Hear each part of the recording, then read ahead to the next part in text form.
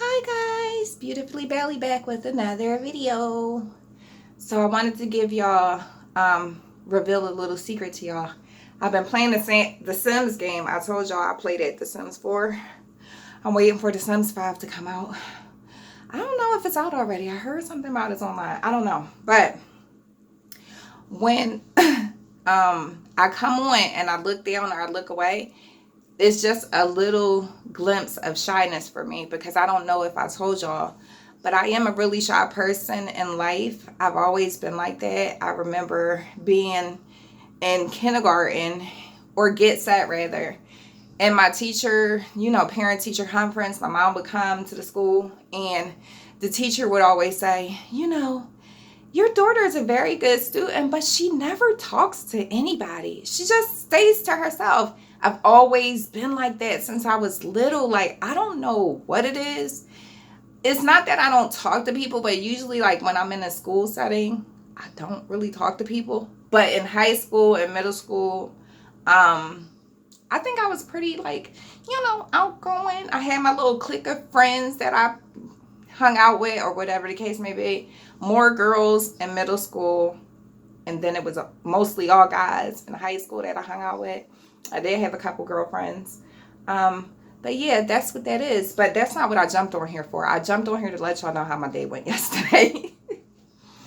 Okay, so yesterday I did go see my pulmonologist, and I'm going to talk to y'all while I'm washing my face, because as y'all can see, my face is breaking out. This weather, like, I don't even know what to say. But anyway, I did go see my pulmonary doctor yesterday, and he did decide to, I'm not going to say take me off. Sorry, y'all. I'm not going to say take me off, and I want to be careful around this water, because I have my charger charged into my phone, and it's all the way into the socket, so I do not want to get electrocuted. Y'all know, I have a fear of electricity, I guess. Since my son electrocuted himself. Oh, maybe I can make that a story time. Anyway, I did go see him yesterday. And I talked to him about Naya owes me.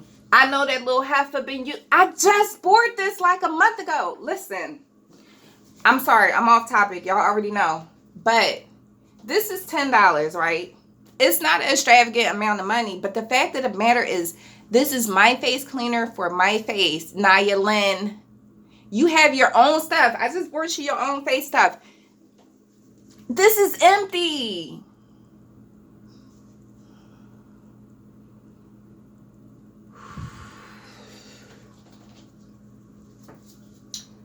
So I came up with this thing, ladies. You see what just happened? How I just went off the rails. We tend to do that, all of us, whether it's in a relationship, whether it's talking to our children.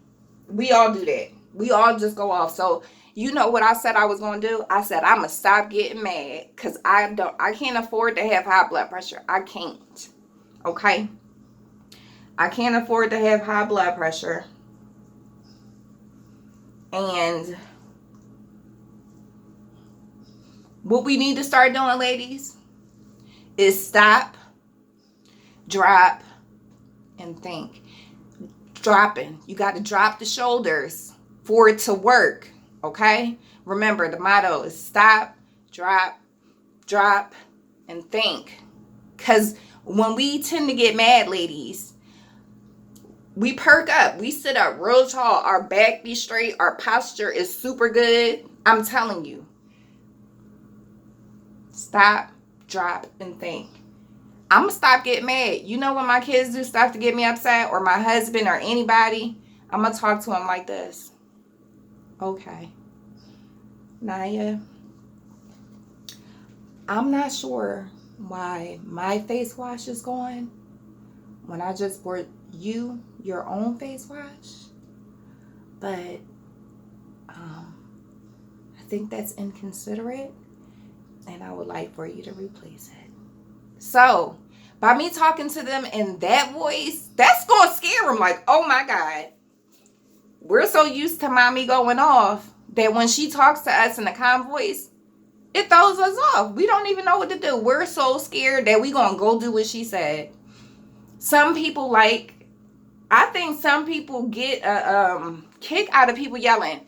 For example, my husband, and I am here by myself, guys. Thank God the 2 little ones at work and Terrence came home yesterday. Him and my husband is somewhere else. Hallelujah, I got the house to myself. But anyway, what was I talking about? Oh my God, yep, I did it. I did it, y'all. I just forgot what I was talking about. I just forgot. Yeah, when I talk to him in a nice, my husband, he's one. Now, if I'm mad at him, he don't care. He would rather me yell at him. Now, if I give him the silent treatment, and I'm good at that, like, I won't talk to him for a whole week. I won't. I'll give him the silent treatment, and it will crush him on the inside. Babe, please, just say something. I don't care, yell. He don't care if it's positive or negative attention. That's my husband. He don't care. But if I don't talk to him, it will just ruin his little day. If I don't talk to my kids, it'll just ruin their day. Because everybody's so used to me being like, oh my God, you okay? What you doing? You want to do something? You all right? You know what I'm saying? So that's the motto I came up with, ladies. But let me get to the doctor appointment, okay? So I went to the doctor's yesterday, and I told y'all that my doctor, not my doctor. Oh my God, that's too wet. I'm going to put this here. My respiratory therapist recommended that, this is my face brush. Oh my gosh.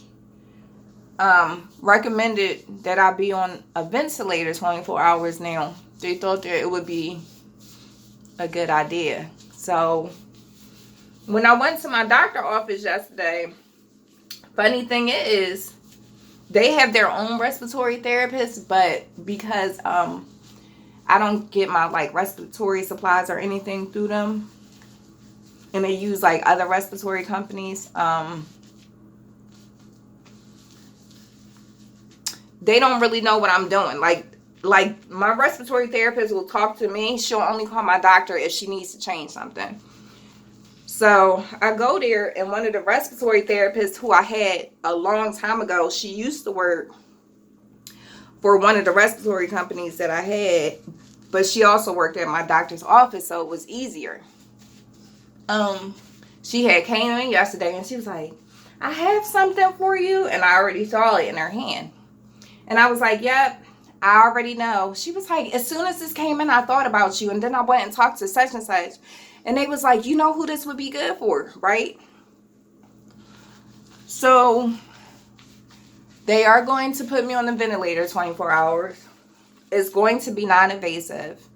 It is going to look like the regular nasal cannula I have, but it's going to be thicker.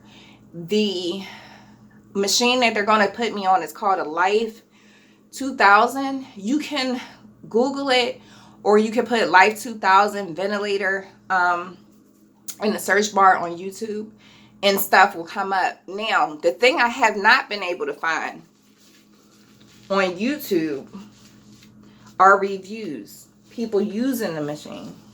So, you know my diaphragm pacing part, which I'm going to give y'all an update in this video too, because I know that somebody has been looking at my diaphragm pacing videos, and I want to make sure that I'm putting out as much information that I possibly can to help somebody either decide to get the pacer or not, if the pacer is right for them, basically. So they are going to put me on that. Now, because the oxygen, my oxygen level is not the issue, it's more of a mechanical issue. they're still considering keeping me on the oxygen, because even though my oxygen won't drop as soon as I'm off oxygen, if I'm not on oxygen, I don't have enough oxygen in my blood, to go to my vital organs and make sure that they're functioning properly. So they don't know if I'll have to still be on the oxygen as well.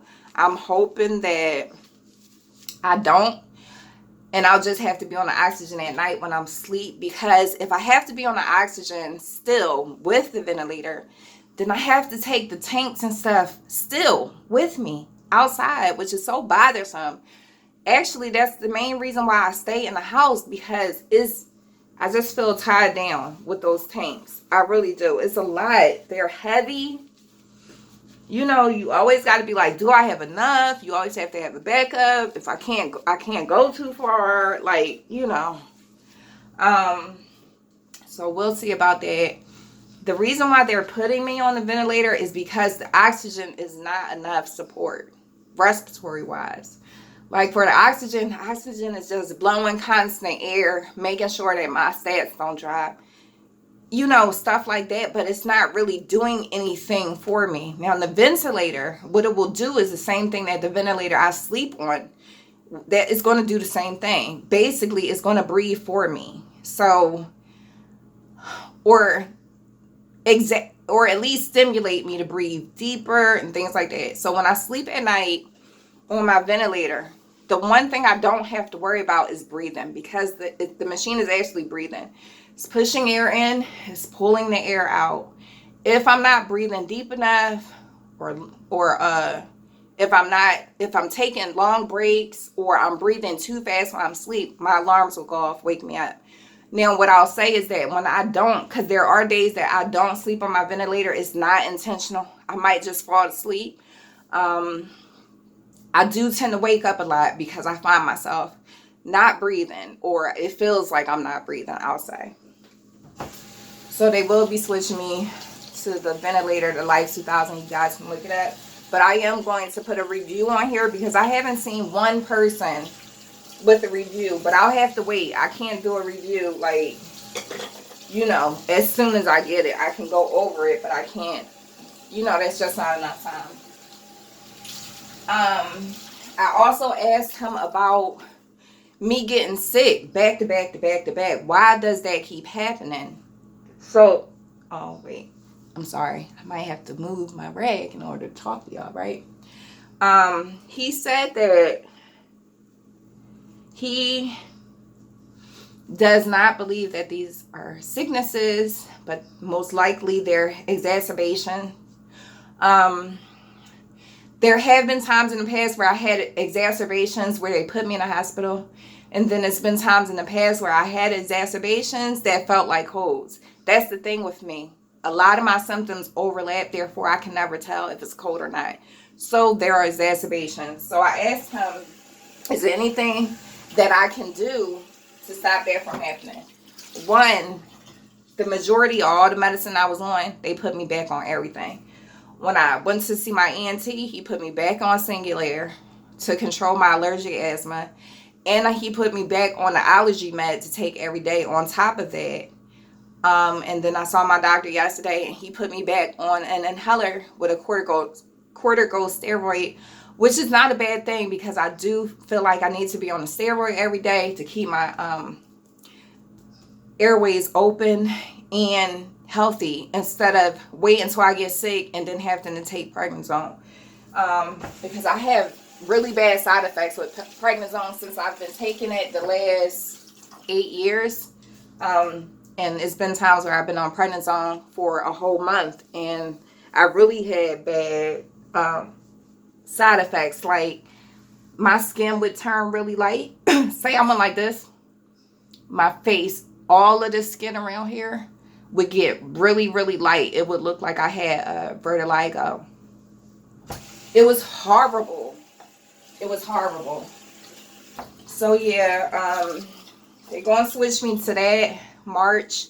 They said around March 1st because of with the whole insurance thing. They can't do it before then, because once the other insurance kick in, I have to go back to every doctor that I have. and have like a wellness check or some mess. I don't know.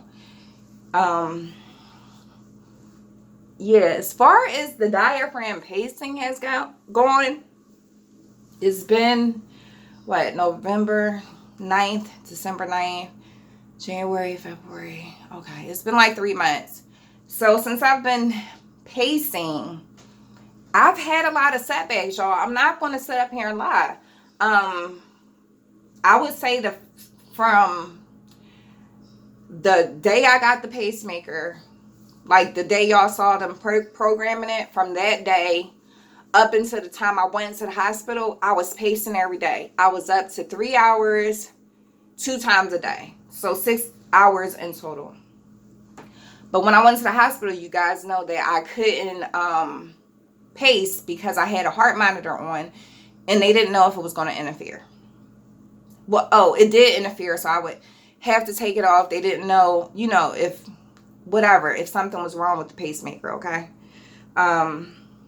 And then after that, that's when I started having the exacerbations, and I realized, like, when I do have them, it makes it a little bit harder to pace because I was feeling uncomfortable. So then I sent the pacer back, had them readjusted, they sent it back to me.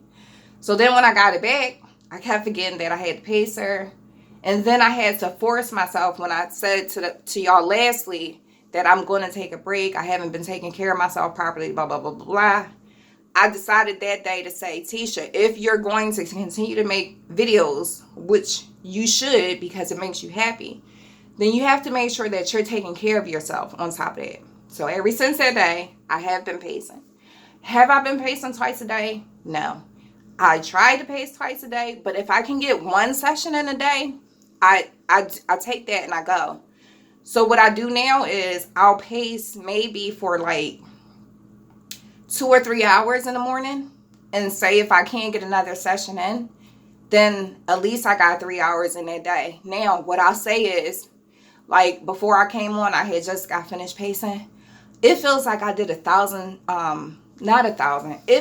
It's tender. I'll say it's tender from that muscle contracting, but I'll just have to get used to that. Yeah, so I had a lot of setbacks. Do I feel like it's made a difference in my breathing? As of right now, and I'm going to be honest with y'all, I don't feel any difference. I really don't, but I'm staying hopeful. I feel like maybe in conjunction, the diaphragm in conjunction with the ventilator, maybe that may make me feel better. You know what I'm saying? Maybe the diaphragm pacemaker will work better in conjunction with the ventilator, because the ventilator is going to force me to open my lungs more than I can do by myself, right? It's going to help me expel that CO2 in my body so I don't have a lot of CO2 buildup, because I do have an issue with that. Or either my CO2 drops really low when I stand up, whatever the case may be. So I'm going to remain hopeful. It's still early, guys. I still have until November of next year. And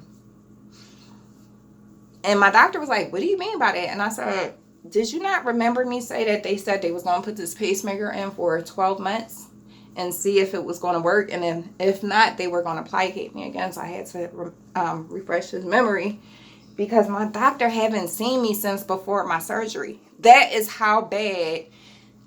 I'm not going to say I was neglecting myself, but that's the type of space I was in. So I have these moments where I get fed up and I get tired of going to the doctor back to back to back to back to back. It's like my whole week is filled with doctor's appointments. I'm going to put this air back on real quick because I'm really getting out of breath. My whole week is full. Sorry, it's working. Woo, I gotta give my lungs a break. Like, oh, they just like hurting. Yeah, I would have weeks and weeks and months full of doctor's appointments almost every day. And after a while, you'll get tired of that. You'll get tired of being poked and prodded and hearing bad news and not getting the answers you want or results. And it's not on the doctors and it's not on me. It's just the situation, right? So I'm still getting used to, even though it's been 8 years, I have my times where I'm just like, this is too much right now. So for my own mental health, when stuff becomes overwhelming, I have to step back and say, okay, do I need to do this right now? Because it's not like I can always reschedule an appointment. You know what I'm saying? That's usually what I do. I'll say, okay, I can't do this right now.